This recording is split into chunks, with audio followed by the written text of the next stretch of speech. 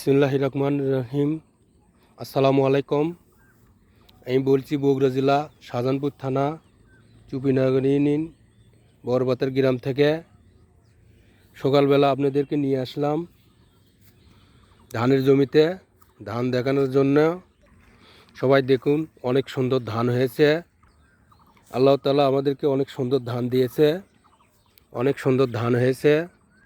আল্লাহ অনেক সুন্দর ধান দিয়েছে, তার জন্য আল্লাহর কাছে শুকরিয়া আদায় করি। সুবহানাল্লাহ, সুবহানাল্লাহ।